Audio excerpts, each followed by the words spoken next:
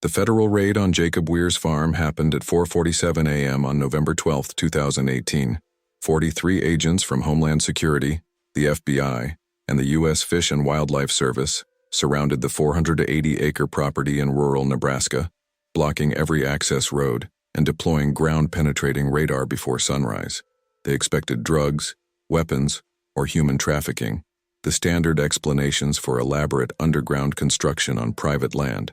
What they found was something their training manuals had never prepared them for. I'm writing this as Jacob's attorney of record, 3 years after the raid and 2 years after his death in federal custody. The official cause was listed as complications from diabetes, but I believe, and Jacob believed, that what killed him was the systematic destruction of everything he'd spent 3 decades building, not just the physical infrastructure, but the trust, the relationship, the living proof that coexistence was possible between species that weren't supposed to be able to coexist. Jacob was 71 when they came for him. He'd inherited the farm from his father in 1988, a fifth-generation operation in the Nebraska Sandhills, producing modest yields of corn and alfalfa while running a small cattle operation. His neighbors considered him eccentric but harmless. A widower who kept to himself, maintained his property meticulously, and seemed content with isolation. No one suspected that beneath his barn, his equipment sheds, and his grain silos, Jacob had constructed something unprecedented, a sanctuary for a being that shouldn't exist. The tunnel system was extensive, over 3,000 feet of hand-dug passages connecting natural limestone caves beneath the property, expanded and reinforced over 30 years. The excavated earth had been distributed so carefully across the farm that satellite imagery showed no evidence of construction. Ventilation systems disguised as agricultural equipment, water supplied through tapped underground aquifers, climate control powered by off-grid solar arrays hidden among legitimate farm installations. It was engineering genius applied to an impossible purpose, keeping something alive, safe, and hidden from a world that would have destroyed it simply by knowing it existed. The being they found in those tunnels, barely alive after 3 days without care following Jacob's arrest, was an 8-foot-tall cryptid with canine features and human-like intelligence, suffering from advanced age and the stress of sudden abandonment. It died within hours of discovery, never having had a name the agents could pronounce, never having been officially acknowledged as real, never having received the recognition that 3 decades of peaceful coexistence with one human had earned it. This is the story of what Jacob built, why he built it, and what it cost him when the world finally discovered his secret. Jacob's story began in March 1988, 3 months after his father's funeral, and 6 months after his wife's death in a car accident. He was 41 years old, childless, suddenly alone, and managing a farm that had been in his family for 5 generations.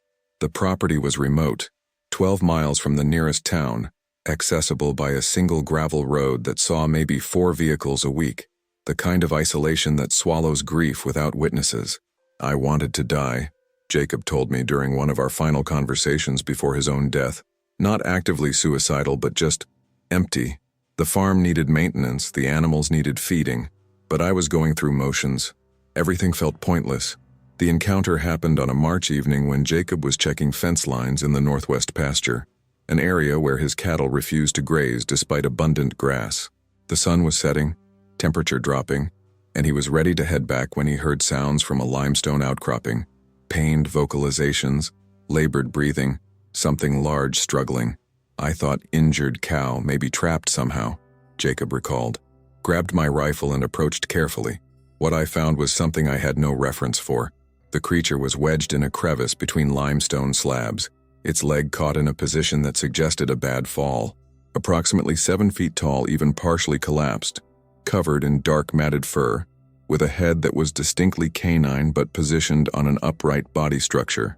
Yellow eyes tracked Jacob's approach with unmistakable intelligence and equally unmistakable fear. Every instinct said shoot it, Jacob admitted. Unknown predator, possibly dangerous, too close to livestock. But those eyes, they weren't animal eyes. There was thought behind them, awareness, and pain. I recognized pain. Whatever this was, it was suffering. Jacob lowered his rifle. The creature remained motionless, watching, clearly unable to escape. Jacob could see the trapped leg was broken, bone visible through torn flesh, infection likely already setting in. "I had a choice in that moment," Jacob said. Kill it, report it, or try to help. Killing felt like murder. Reporting meant it would be taken, studied, caged, or killed by others. That left helping, which was insane, but he paused, and when he continued, his voice carried the weight of 30 years reflecting on a single decision. I'd just lost everything that mattered to me. My wife was gone. My father was gone. I had no children, no close family, no purpose beyond maintaining land for no clear reason. And here was something that needed help, that was dying alone in fear. Maybe I was projecting. Maybe I saw my own isolation reflected in its eyes, but I couldn't walk away. Jacob returned to his truck and retrieved his veterinary supplies. As a livestock farmer, he had training in emergency animal medicine. He approached slowly, speaking constantly in low tones, and began working to free the trapped leg while the creature watched, clearly aware of his intentions, choosing not to struggle. That's when I knew for certain it was intelligent, Jacob said. It understood I was trying to help. It made a choice to trust, or at least to tolerate my intervention. That's not animal behavior. That's reasoning. The extraction took 90 minutes. The compound fracture required immediate splinting. Jacob used techniques meant for cattle, adapting for different anatomy, cleaning the wound, and administering antibiotics by injection. The creature allowed all of it, vocalizing pain but never attempting to bite or strike. When I finished, it looked at me, direct eye contact, sustained, and made a sound, low, rumbling, but modulated, not a growl, something like acknowledgement. Then it tried to stand on the splinted leg and collapsed immediately. Jacob faced another choice: leave it to recover or die naturally, or provide more substantial help. The temperature was dropping toward freezing. The creature was weakened, possibly in shock, vulnerable to predators. I'd already committed, Jacob said. Might as well commit completely. He returned with his tractor and a cattle sling, constructed a makeshift transport, and moved the creature to his barn. The being was too large for standard livestock stalls, so Jacob cleared his equipment storage area, laid down straw bedding, and positioned the creature near a heating unit. I expected it to panic when it woke up confined, Jacob said. Instead, it looked around, assessed the situation, looked at me, and then settled, deliberately relaxed. It understood shelter, it understood help, and it chose to accept both. That first night, Jacob sat on an overturned bucket 10 feet from the creature, rifle across his lap just in case, watching. The being watched back. Neither slept much. By dawn, they'd established something, not quite trust, but mutual recognition that immediate threat had passed. I brought food at sunrise, Jacob recalled. Didn't know what to offer, so I brought everything. Raw meat, vegetables, grains. It ate the raw beef, ignored everything else, then drank about 2 gallons of water. Very deliberate, very controlled, and when it was done, it vocalized again, that same acknowledging sound. Thank you in whatever language it had. Jacob's neighbors would later testify that he'd become even more reclusive after his wife's death, declining social invitations, skipping community events, barely seen in town. They attributed it to grief. They weren't entirely wrong. Jacob was grieving, but he was also tending to something that occupied every spare moment, nursing a cryptid back to health in his barn, learning to communicate without shared language, and beginning to understand that his isolated farm had suddenly gained purpose. The broken leg took 8 weeks to heal, Jacob said. During that time, we developed patterns. I'd bring food twice daily, change bedding, monitor the healing. It would watch me work, sometimes vocalize, occasionally reach out slowly to touch my hand, testing trust, establishing connection. I started talking to it constantly, narrating my actions, explaining what I was doing. I don't know how much it understood, but the attention seemed to matter. By week 6, the creature was standing with support. By week 8, it was walking with a pronounced limp. And by week 10, Jacob realized he faced a decision that would define the next 3 decades of his life: release it back into the world where it would face constant danger of discovery, or offer it permanent sanctuary on his isolated property. I chose sanctuary, Jacob said simply, because by then I wasn't just caring for an injured animal. I was caring for someone intelligent, someone who'd chosen to trust me, someone who had nowhere else to go. I couldn't just send them back to hiding in caves, scrounging for survival alone. The decision to keep the creature wasn't impulsive. Jacob spent weeks considering the implications. He'd need secure shelter beyond the barn. He'd need sustainable food sources. He'd need absolute security against discovery. and he'd need to commit to this responsibility for however long the creature lived. I was 41, Jacob said. I figured maybe 20 or 30 years if I was lucky. Seemed manageable. I had the land, the resources, the isolation, and honestly, I needed the purpose. Taking care of someone, even someone non-human, gave me a reason to get up in the morning. Thus began what Jacob would later call the construction years, a decade of careful, methodical building of an underground sanctuary that would become home to a being the world refused to believe existed. The initial underground space was simple, an expansion of natural limestone caves that ran beneath Jacob's property, accessed through a hidden entrance in his barn. Jacob had discovered these caves as a child, explored them as a teenager, and now reimagined them as permanent shelter. The first year was just making it livable, Jacob explained. The caves were cold, damp, and dark. I needed to install climate control, lighting, proper ventilation, and I needed to do it all without attracting attention. He worked exclusively at night, moving equipment and materials into the barn after dark, explaining his late hours to curious neighbors as grief-related insomnia and farm maintenance he'd let slide. The excavated rock and earth were distributed across his property in ways that appeared natural, filling low spots in fields, reinforcing pond berms, creating erosion barriers. I learned construction techniques from books, Jacob said. Reinforcement methods, ventilation engineering, water system design. I couldn't hire help. One worker would mean discovery. So I did everything myself, slowly, carefully, making mistakes and correcting them. The first expansion took 3 years. By 1991, Jacob had created approximately 800 square feet of living space, climate-controlled, dry, with natural ventilation supplemented by hidden exhaust systems. He'd tapped into an underground aquifer for water, installed LED lighting powered by solar panels disguised among his legitimate farm equipment, and created multiple access points for emergency egress. I showed it to him when it was finished, Jacob said, always referring to the creature as him despite never being certain of gender. Led him down through the barn entrance and let him explore.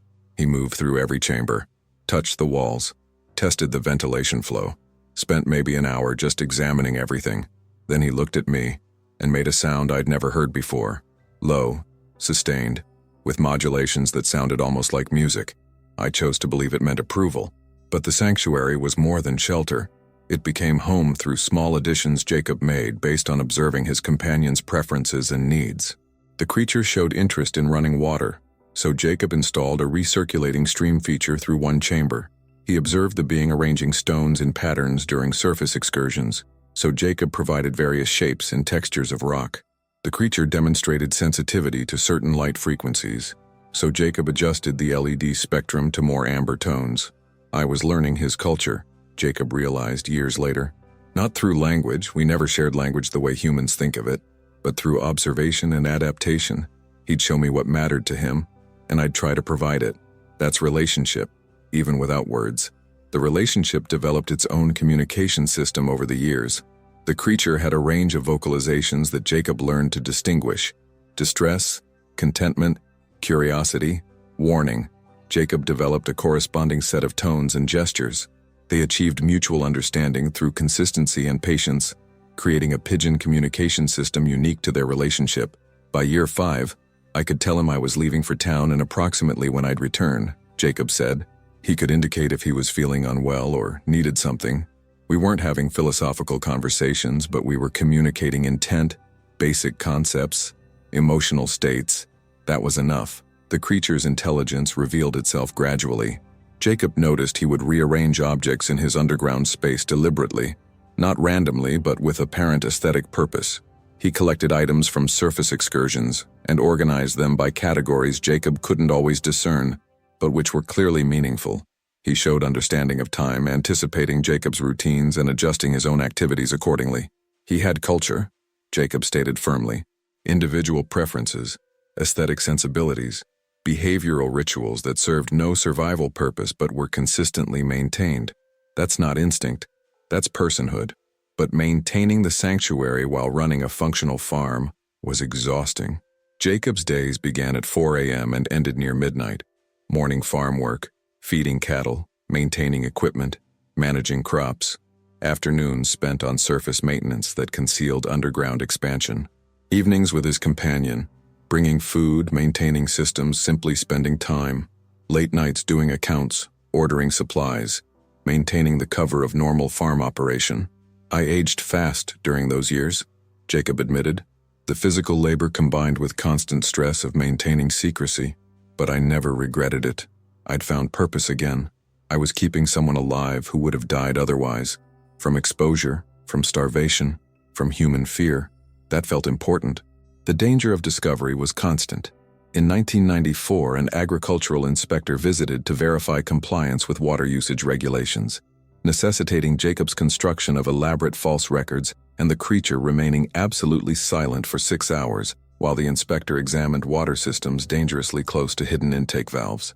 In 1998, a neighbor's cattle broke through fencing and wandered onto Jacob's property, requiring him to frantically ensure all entrance points were secure while herding the animals back. Every surprise visit, every unexpected circumstance was a crisis, Jacob recalled. The mail carrier arriving early, the propane delivery guy deciding to be helpful and walk around the property, a conservation officer checking hunting regulations. Each one was a potential disaster, but the closest call came in 2001, when a violent storm caused a sinkhole on the property, sudden ground collapse that exposed part of the tunnel system. Jacob discovered it at dawn, a 12-foot wide crater revealing worked limestone and artificial reinforcement clearly visible to anyone who looked closely. I had maybe 4 hours before anyone would notice, Jacob said. I called in every favor I had, told my nearest neighbor I'd hit an underground spring and needed help with emergency fill before the county inspector saw it and declared it a violation. We spent the entire day moving earth, filling the collapse, replanting grass. My neighbor never asked why a natural spring looked so much like carved stone. He was being polite, giving me benefit of doubt, but he knew something was wrong. After that incident, Jacob expanded even more carefully, always maintaining triple redundancy. If one system failed or one entrance was compromised, multiple backups existed. The tunnel system grew to over 2,000 feet, connecting 3 separate cave systems with 8 different surface access points disguised as farm infrastructure. By 2005, the sanctuary was sophisticated enough that he could live comfortably for weeks if I had to be away, Jacob said. Automated feeding systems, climate controls with backup generators, multiple water sources. I'd built more than shelter. I'd built a life for someone who shouldn't have to live in hiding but had no other option.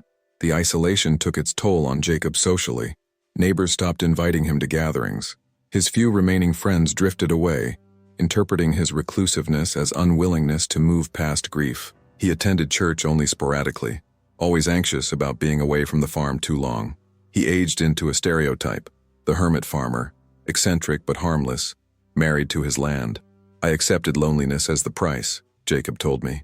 I had companionship, just not human companionship. And honestly, he was better company than most humans I'd known. No judgment, no demands for explanation, no expectations beyond basic needs being met. We coexisted peacefully. That was enough. By the 20th year, in 2008, Jacob had spent half his adult life maintaining this secret sanctuary. The creature was aging, gray appearing in his fur, movements slowing, sleeping more.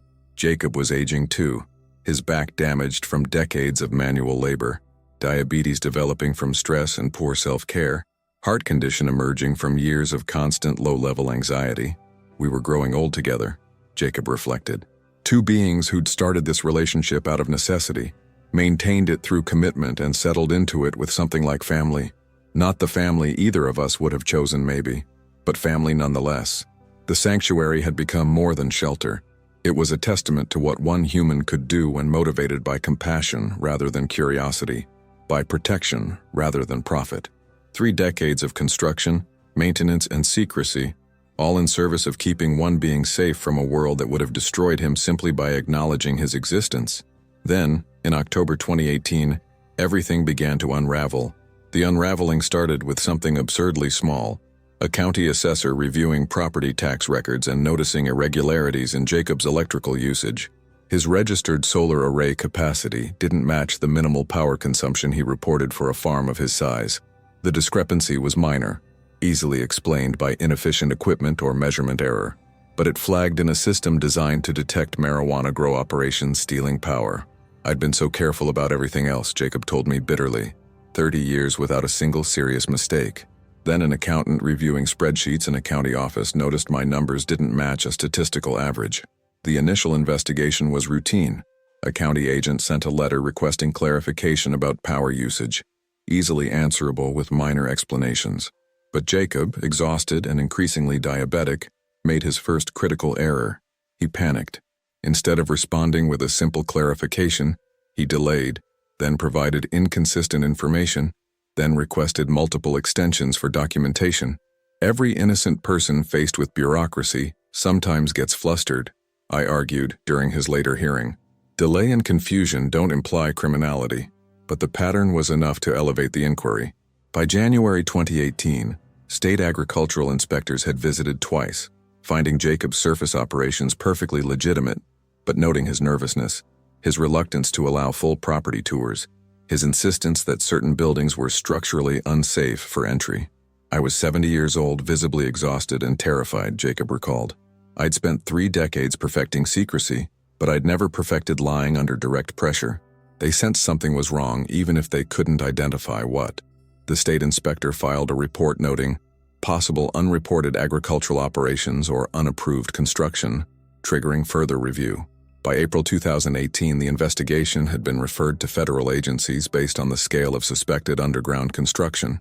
Homeland Security became involved based on post-9/11 protocols about hidden bunkers and potential domestic threats. They thought I was either a doomsday prepper with illegal weapons stockpiles or running an underground drug operation, Jacob said. Both absurd, but both more believable to federal agents than the truth. The investigation intensified through summer 2018. Satellite imagery was analyzed. Ground-penetrating radar was deployed during routine agricultural surveys. Jacob's financial records were subpoenaed. His water usage, power consumption, and purchasing history were scrutinized. I watched them circling closer, Jacob said. Saw the surveillance vehicles they thought were subtle. Noticed the drones flying property surveys. I knew it was ending, but I didn't know how to stop it without exposing everything I'd protected for 30 years. He consulted with me for the first time in September 2018, walking into my office in Lincoln looking 20 years older than his actual age. Carrying a briefcase full of documentation that made no sense without context he refused to provide. I need to know my rights if federal agents raid my property, he said without preamble. What they can seize, what they can access, what protections I have. I asked the obvious questions. What was he hiding? What laws might he have violated? What was he afraid they'd find? Jacob's answers were evasive. Nothing illegal, nothing dangerous, just private, very private. I can't help you without knowing what we're defending, I told him. Jacob looked at me for a long moment, clearly debating. Finally, if I tell you you're bound by attorney-client privilege? Within limits, I explained.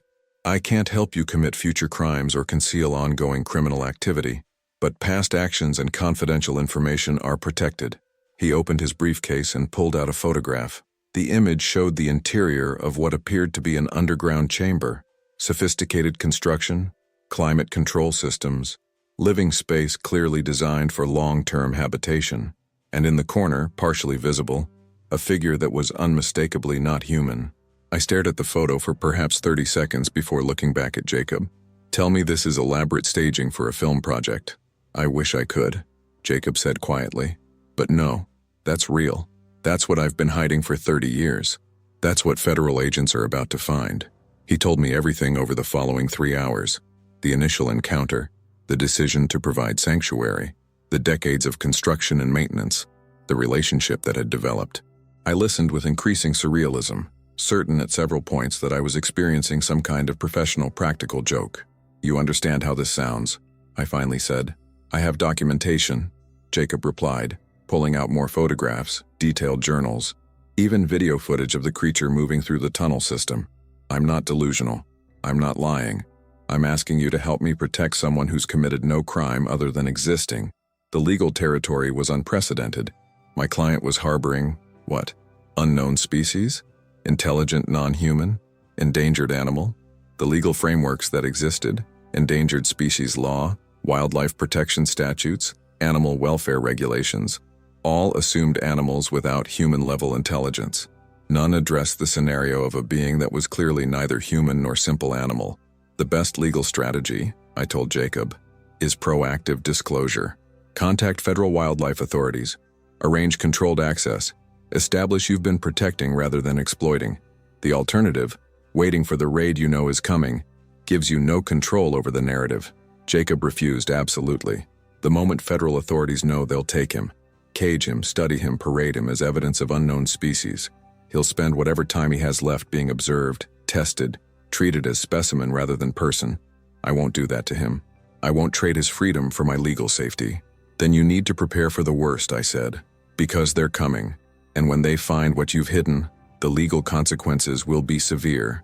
At minimum, you'll face charges related to unreported construction, possible wildlife violations, obstruction of investigation. At maximum, they'll find ways to charge you with anything they can make stick to punish what they'll see as making them look foolish. I know, Jacob said, but I've had 30 good years. He's had 30 safe years. That's worth whatever comes next. We spent the following weeks preparing for inevitable discovery, establishing legal frameworks for the defense, creating documentation that would explain rather than incriminate, developing arguments about research exemptions and private wildlife sanctuary protections. All of it felt hollow because the core reality was indefensible within existing legal structures. Jacob had hidden an unknown intelligent being for 3 decades, creating massive underground infrastructure without permits, and maintained absolute secrecy in defiance of multiple regulatory agencies. The raid came at dawn on November 12, 2018.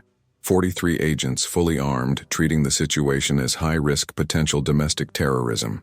They detained Jacob immediately, secured the surface property, then began exploration of the tunnel system their ground-penetrating radar had mapped but not explained.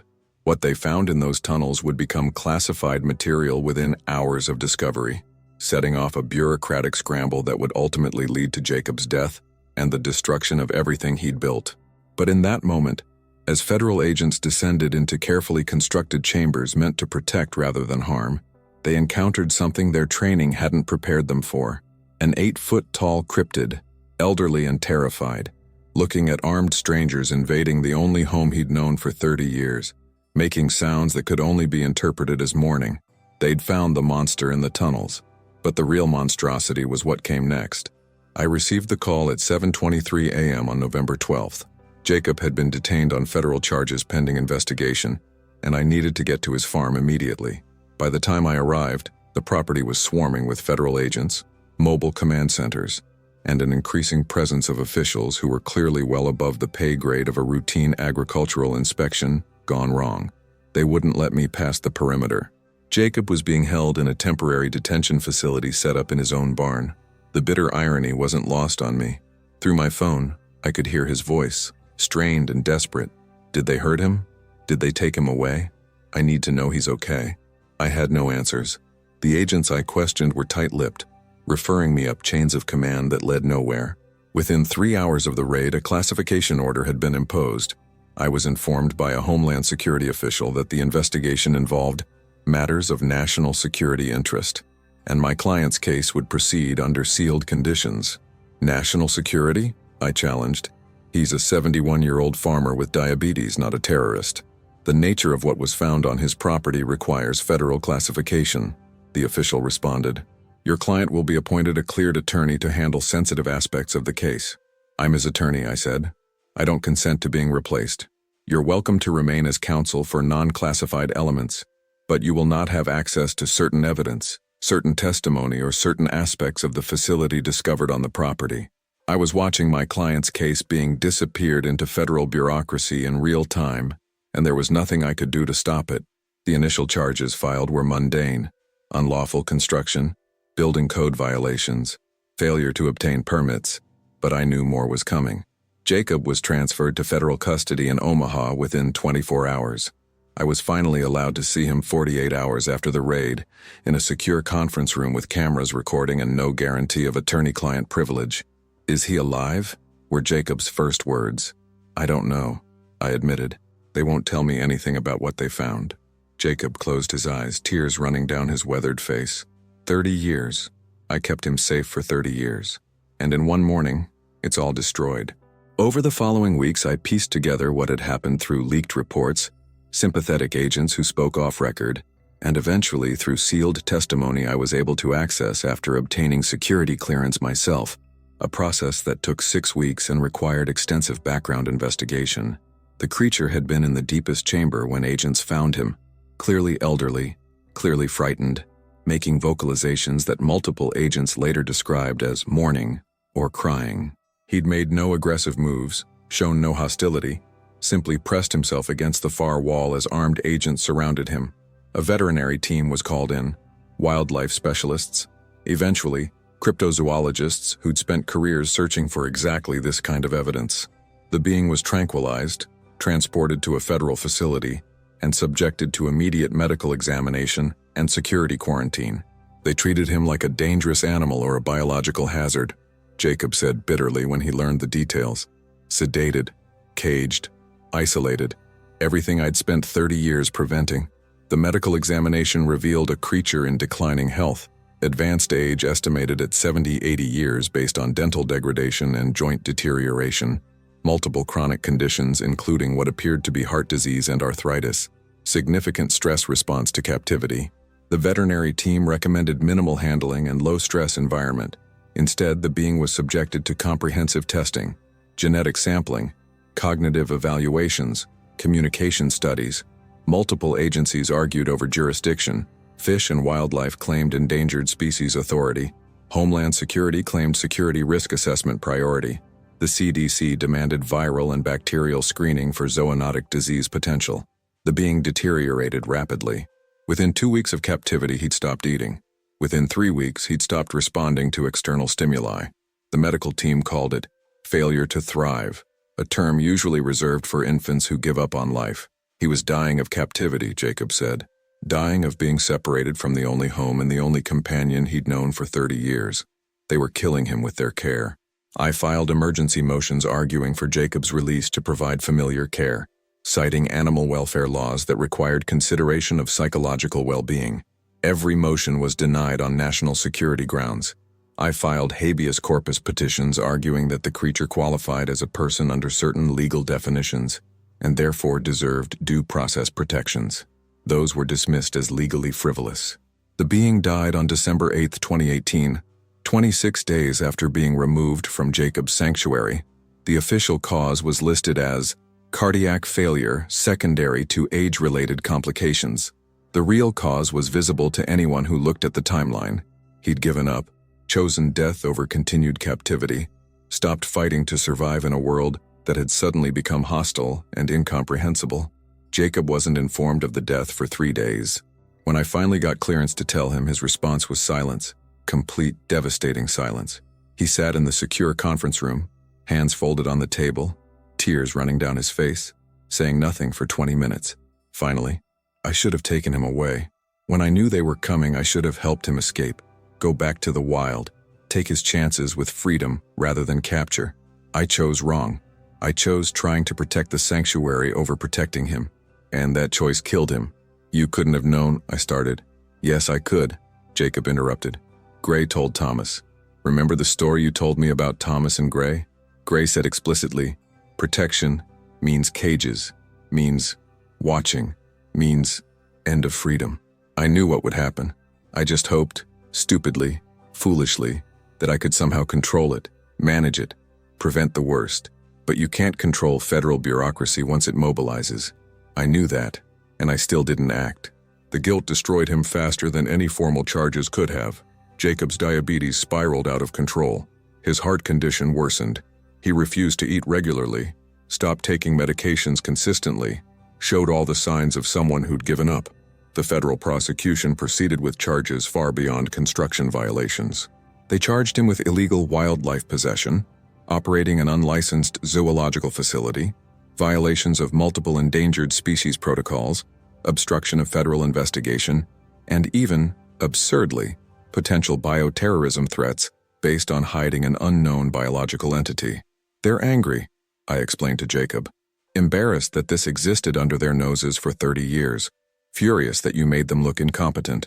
The charges are punitive, meant to make an example. Good, Jacob said flatly. I hope I do become an example of one human who chose compassion over law, relationship over regulation, protection over disclosure. If that's criminal, then I'm proudly guilty. The case drew minimal media attention. The classified nature of the evidence prevented any details from becoming public. Local papers reported federal charges against local farmer for illegal construction, treating it as a minor bureaucratic story. None of them knew about the tunnels, the sanctuary, or the being who died in federal custody. Jacob pled guilty to all charges in February 2019, refusing to fight, accepting a recommended sentence of 15 years in federal prison. His only statement at sentencing was brief. "I protected someone who needed protection. I'd do it again. I only regret that I failed him at the end." The judge, bound by sentencing guidelines but clearly uncomfortable with the severity, reduced it to 10 years with possibility of early release for health reasons. Jacob was transferred to a federal medical facility that could manage his deteriorating health conditions. He died there on October 3, 2020, officially from diabetic complications, actually from something that had broken in him when his companion died. In the 22 months between his companion's death and his own, Jacob had simply stopped. Stopped fighting, stopped hoping, stopped seeing any purpose in continuing. I was able to visit him twice during those final months. Both times he asked the same questions. Did anyone learn anything from this? Does anyone understand what we had? Will anyone remember that for 30 years impossible coexistence actually worked? I had no good answers. The entire case remained classified. The being's body had been preserved for study, stored in a federal facility I didn't have clearance to know the location of. The sanctuary had been filled in, the tunnels collapsed, the farm seized and sold at auction. Everything Jacob had built, the physical infrastructure, the relationship, the living proof that human and cryptid could coexist peacefully, had been systematically destroyed by the very agencies that claimed to be protecting wildlife and advancing scientific understanding. "The real crime," Jacob said during our final visit, "wasn't what I did, it was what they did. They found evidence of intelligence, compassion, culture, and their response was to cage it, study it, let it die, and classify everything so no one could learn from it. They proved exactly what Gray told Thomas: humans who protect usually just control and destroy differently." After Jacob's death, I did something that probably violated multiple federal laws. I used my security clearance to access every classified file related to his case, copied what I could, and began compiling a comprehensive record of what had actually been discovered in those tunnels beneath his Nebraska farm. The physical sanctuary itself was remarkable. 3 decades of careful construction creating approximately 3,200 feet of interconnected chambers, climate-controlled living spaces, food storage, water systems, even areas that appeared designed for recreation or contemplation. The engineering was sophisticated despite being entirely DIY, showing adaptation and learning over years. But what made the discovery truly significant wasn't the infrastructure, it was the artifacts. Throughout the tunnel system, agents had documented hundreds of objects that revealed the being's intelligence and culture. Carved wooden figures, some clearly representational, others abstract. Stone arrangements that showed deliberate aesthetic choices. Woven grass mats with complex patterns. Collections of feathers, bones, and stones organized by criteria that suggested categorical thinking. "These aren't animal behaviors," one classified report stated. "These are cultural expressions, aesthetic choices, evidence of abstract thought and symbolic representation. Subject demonstrated capabilities consistent with higher cognitive function, including planning, artistic expression, and possibly spiritual or philosophical contemplation." Another report documented vocal recordings made during the being's captivity. Linguists analyzed the vocalizations, finding evidence of structured communication, consistent phonemes, apparent syntactical patterns, even what might have been different dialects or speech styles used in different contexts.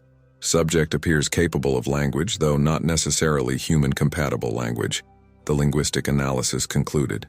Vocal structure suggests capacity for complex communication, though without baseline reference or translation key, specific meaning remains speculative. But the most profound discoveries were Jacob's journals, found throughout the sanctuary. 30 years of daily entries documenting his observations, his relationship with the being, and his philosophical evolution about what he was doing and why, from March 1988, brought him to the barn today. Don't know if this is crazy or compassionate, but I couldn't leave him to die. Whatever he is, he's someone, not something. I can see it in his eyes. From November 1995, 7 years now. Sometimes I wonder if I've imagined the intelligence I see in him, projected human qualities onto animal behaviors because I'm lonely and need meaning. But then he does something, arranges objects in patterns I didn't teach him, anticipates my routines in ways that require future planning, shows what I can only call aesthetic preference. And I remember, this is real. He thinks, he feels, he matters. From June 2003, 15 years. He's aging, I'm aging. We've spent more than a third of our lives together now. I've never married again, never had children, never built a normal human life, but I don't regret it. I've witnessed something precious. Proof that intelligence takes forms we don't expect. That relationship can transcend species. That coexistence is possible when built on respect rather than dominion. If no one else ever knows this, I know it. That's enough. From September 2015, 27 years. My health is failing. Diabetes, heart problems, arthritis making the physical work harder every year. I worry what happens to him when I can't maintain this anymore. There's no one to inherit this responsibility. No one I can trust with the secret. I've built something beautiful and temporary. A sanctuary that will die with me. Maybe that's appropriate. Maybe some achievements aren't meant to be permanent, just true for the time they exist. The journals revealed something federal authorities had failed to understand in their rush to classify and control. Jacob's sanctuary wasn't about possessing or studying an unknown species. It was about providing home to a single individual who had nowhere else to go, maintaining relationship across a divide that shouldn't have been crossable, and proving to himself that one human could choose differently than humanity's typical response to the unknown. The classified reports also contained medical analysis of the being's remains. The DNA was unlike anything in existing databases, not primate, not canid, something that seemed to represent a unique evolutionary lineage. The brain structure suggested high intelligence, with development in regions associated with problem-solving, spatial reasoning, and possibly language processing. This specimen represents an undocumented species of significant cognitive capability, one report concluded. The implications for evolutionary biology, cognitive science, and cryptozoology are substantial. Recommend continued analysis and search for additional population. But buried in the classified files, I found something that made me physically ill. A memo from federal wildlife authorities recommending aggressive search protocols for additional subjects to prevent species extinction and secure specimens for comprehensive study. They wanted to find more, use what they'd learned from Jacob's companion, the habitat preferences, the behavioral patterns, the physical needs, to locate and capture others if they existed. Turn the tragedy of one being's death into justification for actively hunting the rest. This is exactly what Jacob feared, I wrote in my own notes. They discovered evidence of intelligence, and their response isn't to leave remaining population alone, it's to hunt them more effectively. They learned nothing from the disaster of this case. I also found psychological evaluations of Jacob, conducted during his incarceration. Multiple psychiatrists had assessed him, trying to understand his motivations. The reports were remarkably consistent. Subject shows no signs of psychosis, delusion, or impaired reality testing. His account of events is consistent, detailed, and aligned with physical evidence. Subject's choice to provide long-term sanctuary appears motivated by genuine compassion, rather than desire for control, study, or profit. Subject demonstrates unusual capacity for cross-species empathy and willingness to sacrifice personal well-being for ethical commitments. Would characterize as highly principled rather than pathological. Another evaluation noted, subject expresses guilt about creature's death in captivity, feeling he failed in protective responsibility. This guilt is appropriate rather than excessive given circumstances. Subject demonstrates clear moral reasoning about competing obligations, legal compliance versus ethical duty to vulnerable being. His choice prioritized the latter, which, while legally problematic, was philosophically defensible. They'd evaluated him as sane, principled, and motivated by compassion. Then they'd imprisoned him anyway, watched him deteriorate, and allowed him to die believing he'd failed. I compiled all of this into an archive, the classified documents I'd copied, Jacob's journals I'd recovered before federal seizure, photographs of the sanctuary before it was destroyed, and my own analysis of the legal and ethical failures that had turned sanctuary into tragedy. Then I faced the same question that had tormented Thomas with Gray's recordings. What do you do with knowledge that could change understanding but would likely cause harm? Jacob had been explicit in his journals. If I'm discovered, if this becomes public, others of his kind will be hunted. Better the secret dies with us than becomes a roadmap for finding and caging others. But Jacob had also written, someone should know this was possible.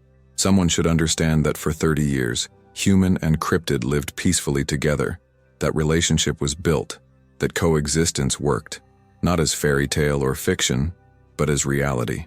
That knowledge matters, even if it can never be broadly shared. I chose a middle path. I would document everything, preserve the truth, but release none of it during my lifetime. Instead, like Thomas had done with Gray's recordings, I established legal frameworks for posthumous release under strict conditions, protecting the information while ensuring it wouldn't be permanently lost. The conditions I specified were severe: evidence that cryptid populations had achieved stable protected status, legal frameworks recognizing non-human intelligence rights, cultural evolution showing humanity could know without needing to capture, and passage of sufficient time that active searches would be unlikely. I knew these conditions might never be met. I was essentially ensuring Jacob's story would remain secret indefinitely. But the alternative, releasing information that would enable more effective hunting of any surviving population, felt like betraying everything Jacob had lived and died for. So the archive sits, encrypted and secure, waiting for a future that may never come, preserving testimony about what one human accomplished when he chose compassion over law, relationship over revelation, and protection over all other considerations. Jacob's farm was sold to an agricultural corporation that knew nothing of its history. The tunnels remained collapsed, the sanctuary destroyed, all physical evidence eliminated. Jacob's grave in a Lincoln cemetery bears a simple marker: beloved son of Nebraska, lived with purpose. That's not entirely true. Jacob lived with a purpose, providing sanctuary to someone who needed it, maintaining relationship with someone who had no one else, and proving that impossible coexistence was actually possible when built on respect. The fact that almost no one will ever know this doesn't make it less true. It just makes it a truth carried by the few rather than celebrated by the many. And maybe that's appropriate. Maybe some achievements are too fragile for public knowledge, too precious to risk with exposure, too easily destroyed by the very attention that would seem to honor them. Jacob understood this. He chose 30 years of secret purpose over public recognition. He chose one being's safety over scientific advancement. He chose relationship that mattered to two individuals over knowledge that would have fascinated millions. That choice cost him everything, but he never regretted it. Not once in all the conversations we had before his death. I kept someone alive who would have died otherwise, he told me in our final conversation. I provided home to someone who had nowhere else. For 30 years, we shared that land peacefully. Two beings who should have been impossible together. That's not a failure. That's the best thing I ever did, and it was worth every consequence. The classified nature of Jacob's case meant the public never learned the full story. But within certain federal agencies and scientific communities, word spread through unofficial channels.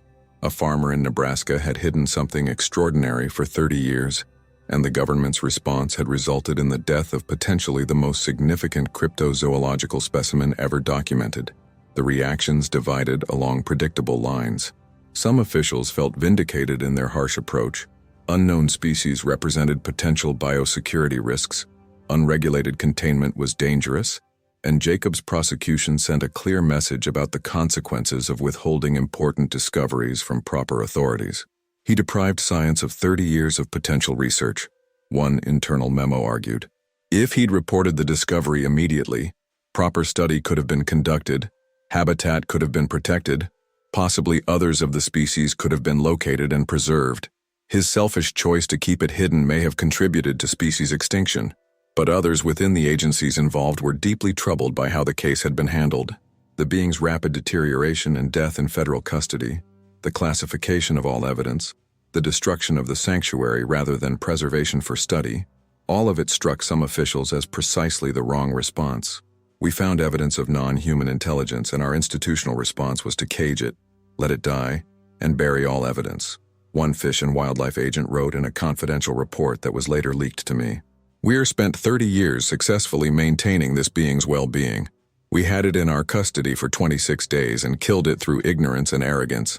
If the roles were reversed, if Weir had captured the creature and we'd been protecting it for 30 years, he'd face decades in prison.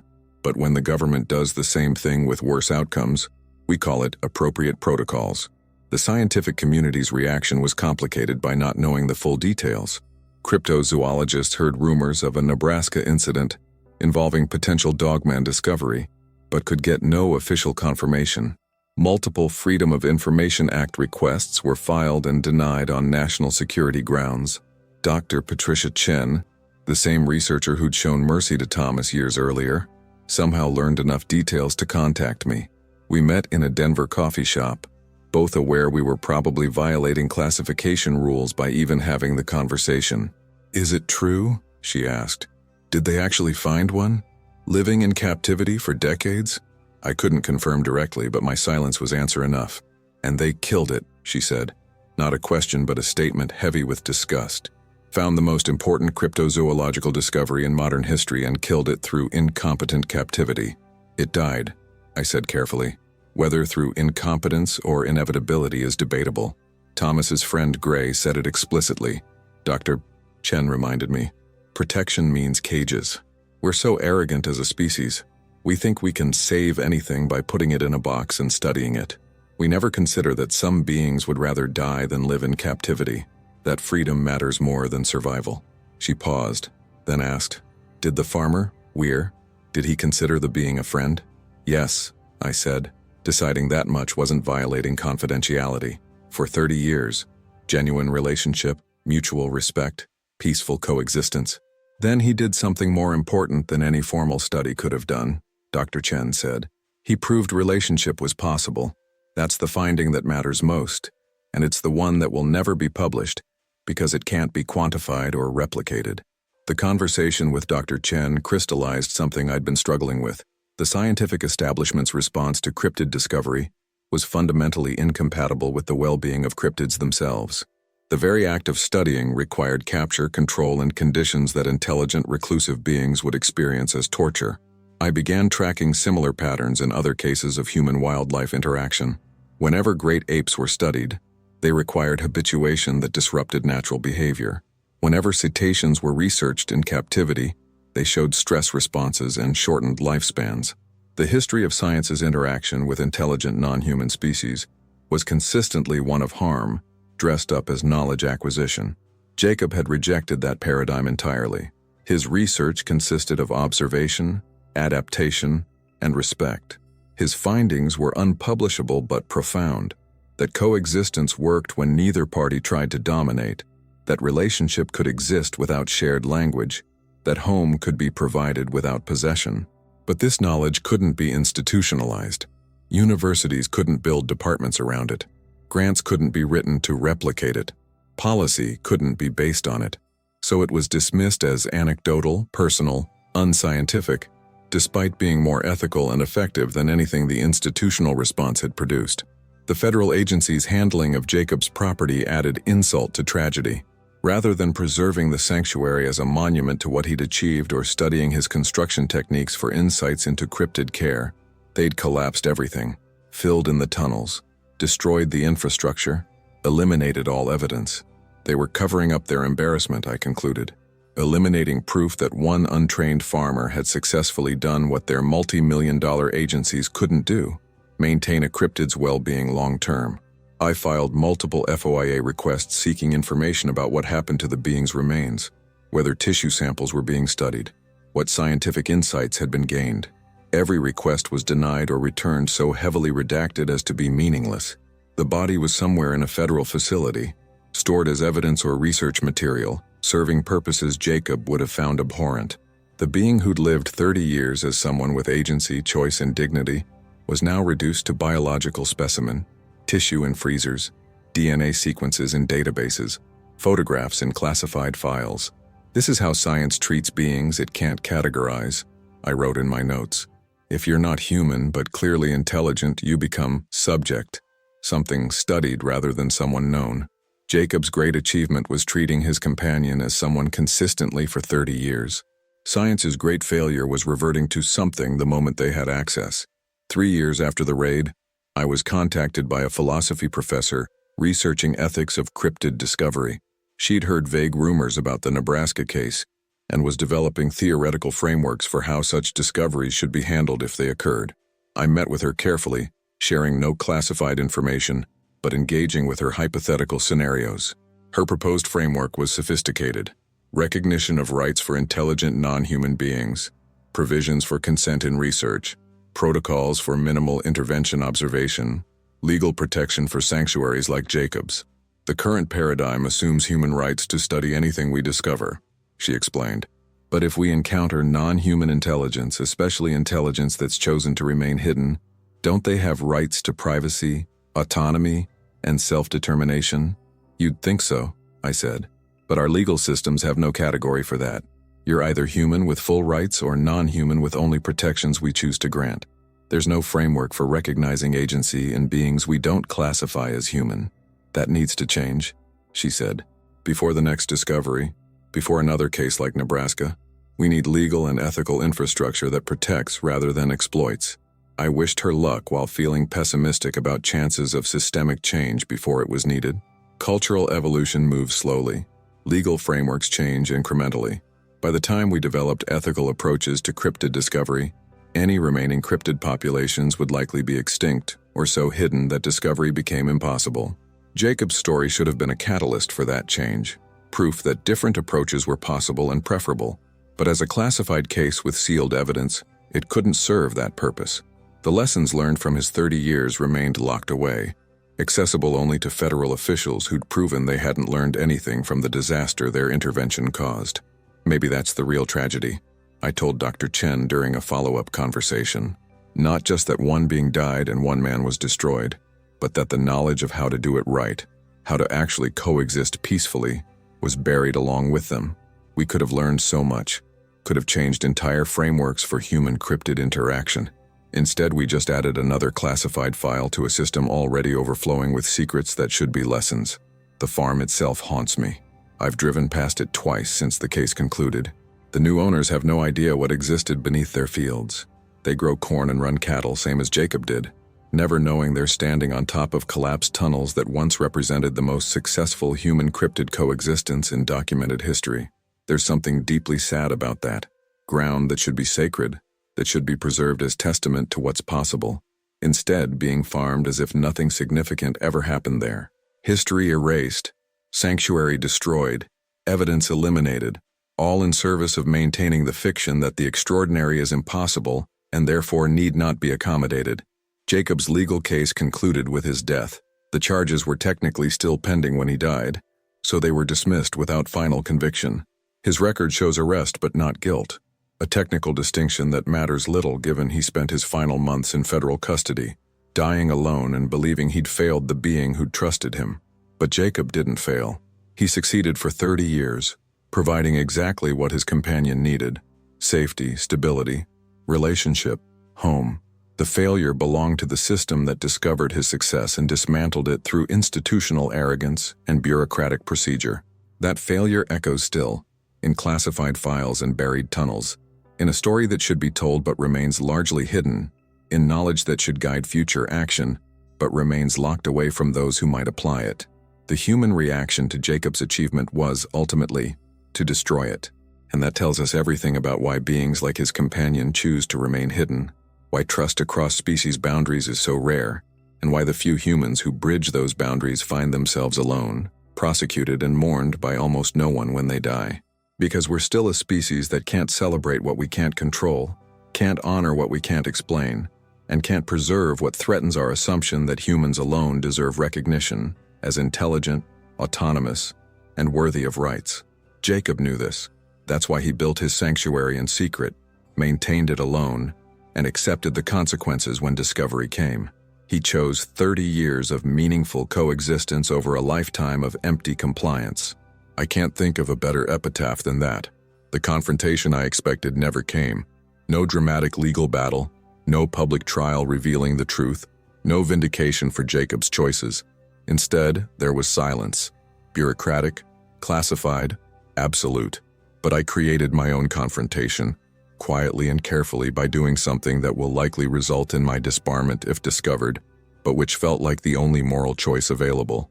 I leaked. Not to media. That would have created sensational coverage that helped no one. Not to cryptozoology groups. That would have enabled more effective searching for remaining population. Instead, I leaked to specific individuals in positions to make incremental change. Ethicists developing frameworks for non-human intelligence rights, wildlife biologists working on habitat preservation, policymakers drafting endangered species protections, and conservation groups protecting wilderness areas. To each, I provided carefully limited information, never enough to identify specific location or enable targeted searching, but enough to illustrate that the scenarios they were theorizing about weren't purely hypothetical. Unknown intelligent species existed. Human cryptid peaceful coexistence had been achieved. Current legal and institutional frameworks were catastrophically inadequate. The responses varied. Some dismissed the information as elaborate hoax or misunderstood evidence. Others requested more details I couldn't provide without violating classification. But a few, the ones who mattered, understood what I was saying. The paradigms needed to change before the next discovery, not after. Dr. Sarah Martinez, the federal agent who'd been traumatized by witnessing the road confrontation in Thomas's case years earlier, reached out after I'd anonymously sent her portions of Jacob's journals. We met in a public park, both aware we were probably being monitored, both deciding some conversations were worth the risk. 2 cases in 5 years, she said. Thomas with Gray, now Weir with his companion. Both ended the same way. Peaceful coexistence destroyed when authorities intervened. When do we admit our approach is fundamentally wrong? Officially? Probably never, I said. Institutions don't easily admit they're built on faulty premises. But individually, I think more people like you are questioning. I resigned last month, Martinez told me. Couldn't keep working for agencies that treat consciousness as threat rather than treasure. I'm consulting for conservation groups now, trying to build frameworks for managed ignorance, intentionally leaving areas unsurveyed, accepting that some wilderness should remain genuinely wild, respecting that discovery isn't always beneficial. Jacob would have appreciated that, I said. He spent 30 years managing his own ignorance, choosing not to interrogate his companion's past, not to seek others of his kind, not to quantify or analyze beyond what was necessary for care. He let mystery remain mysterious. Martinez pulled out a folder. I've been documenting other cases, encounters that got classified, investigations that went nowhere, evidence that disappeared. There's a pattern. Every time someone successfully coexists with unknown species, official response destroys the relationship.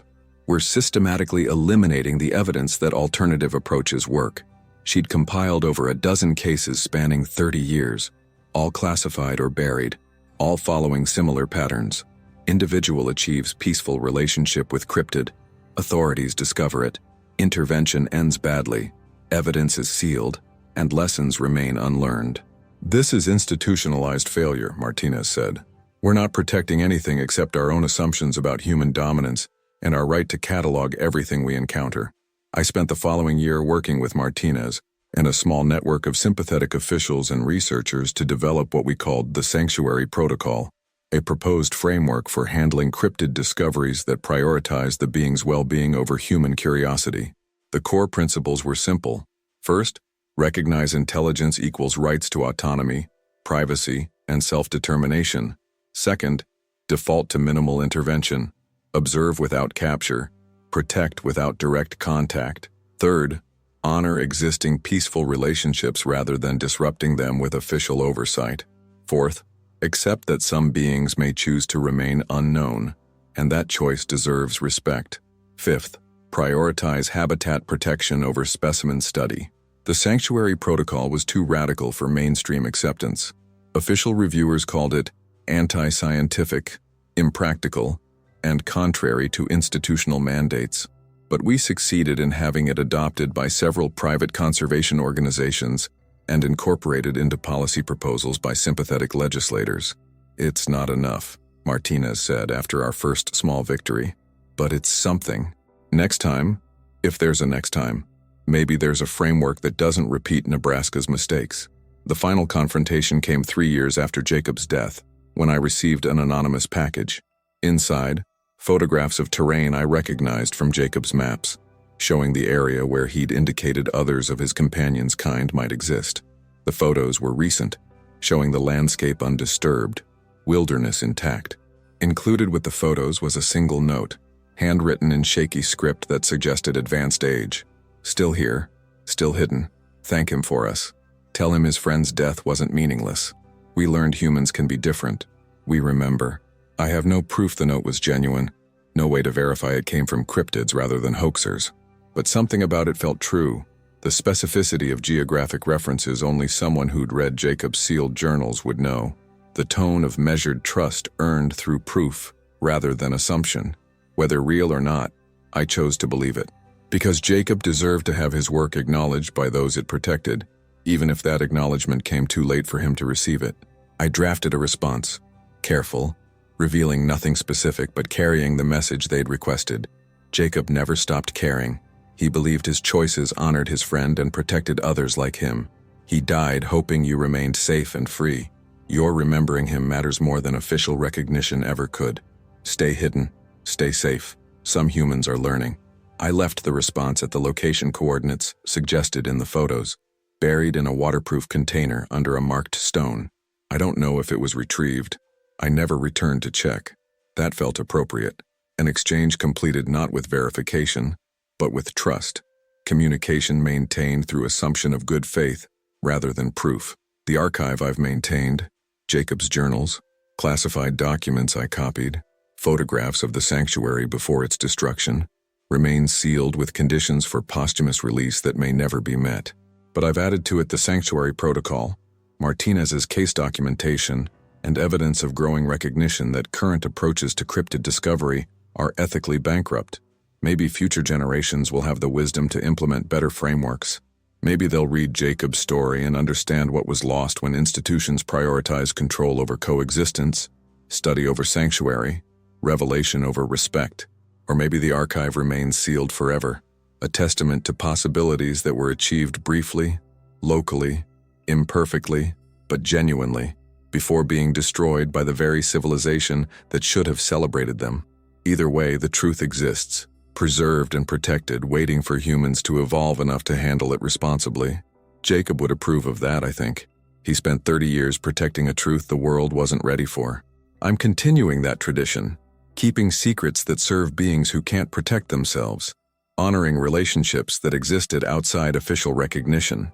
It's not the ending anyone wanted, but it's the ending that respects everyone involved. Jacob's choices, his companion's dignity, and the remaining population's need for continued invisibility. Silence, in this case, isn't defeat. It's the most powerful statement we can make, that some knowledge serves the world better by remaining private, some relationships matter more than recognition, and some beings deserve protection through obscurity rather than fame through disclosure. The tunnels remain collapsed. The farm continues its agricultural purpose. And somewhere in Nebraska wilderness, if the anonymous note was genuine, beings persist who remember that one human built them sanctuary, and another continues to maintain the protective silence that may be their best hope for survival. That's not the victory anyone would design, but it's the only victory the circumstances allowed, and in a world where victories for cryptid well-being are vanishingly rare, I'll take it. I'm writing this final section in 2024, 6 years after the raid that ended Jacob's sanctuary and 4 years after his death.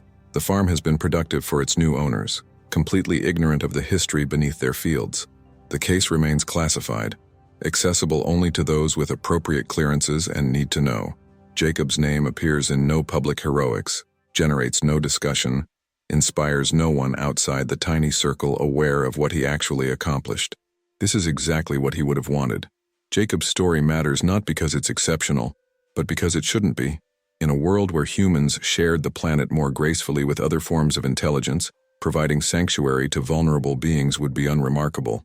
Building relationships across species boundaries would be celebrated, not criminalized. The fact that Jacob's 30 years of compassionate coexistence became federal crime reveals more about our civilization's failures than his choices. I've spent 6 years processing the legal, ethical, and personal dimensions of this case. As his attorney, I failed to protect him from prosecution. As his friend, and he became a friend during our final conversations, I failed to save him from dying in federal custody. As keeper of his legacy, I've failed to ensure his story influences the paradigm shifts it should inspire. But perhaps failure is the appropriate outcome for a story about choosing right action over successful outcomes. Jacob didn't maintain the sanctuary for 30 years expecting recognition or reward. He did it because one being needed help, and he had the capacity to provide it. The fact that his compassion was eventually punished doesn't retroactively make it wrong. The philosophical questions his case raises remain unresolved. What do we owe to intelligence we don't understand? Do beings have rights to remain unknown? Can coexistence be forced, or must it be chosen? When institutional frameworks fail to accommodate moral actions, is the solution better frameworks or acceptance that some moral actions exist outside frameworks? I don't have definitive answers. But Jacob's 30 years suggest some provisional conclusions. First, intelligence isn't proprietary to humans, and our legal systems need to catch up to that reality.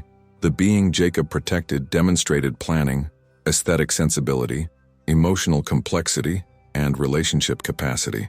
These aren't animal traits, they're person traits. Our failure to have legal categories for non-human persons is a gap that harms beings who fall into it.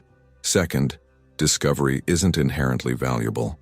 The Enlightenment premise that all knowledge is good, that revelation serves humanity, that secrets should be exposed, all of this breaks down when discovery actively harms the discovered.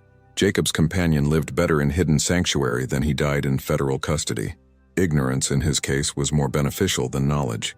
Third, coexistence requires asymmetry. Jacob didn't demand equal exchange from his companion.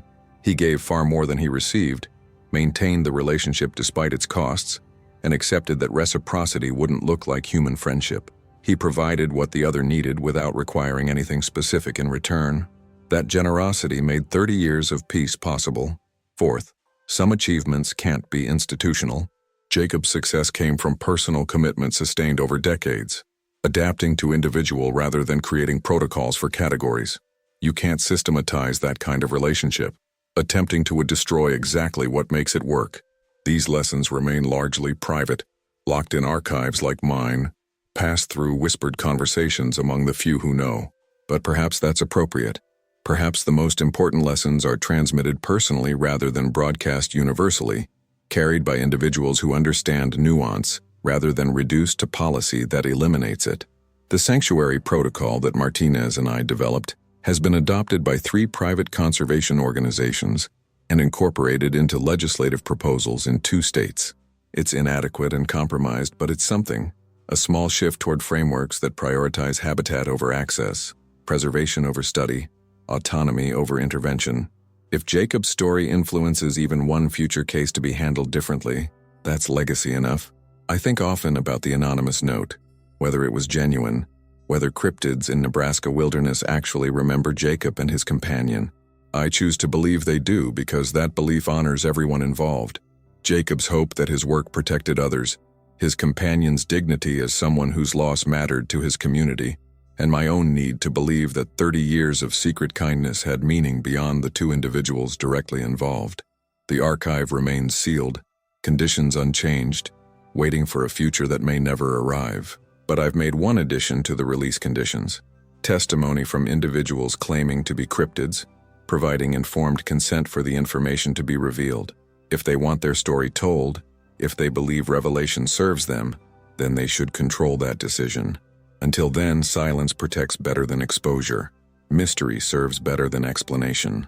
And Jacob's achievement remains what it was: 30 years of impossible peace, sustained by one human's choice to be different than his species' history suggested he would be. I visit his grave occasionally, though there's nothing there that captures who he was or what he did. The marker says, "Beloved son of Nebraska, lived with purpose." I suppose that's accurate, though the purpose was more specific and extraordinary than any casual reader would understand.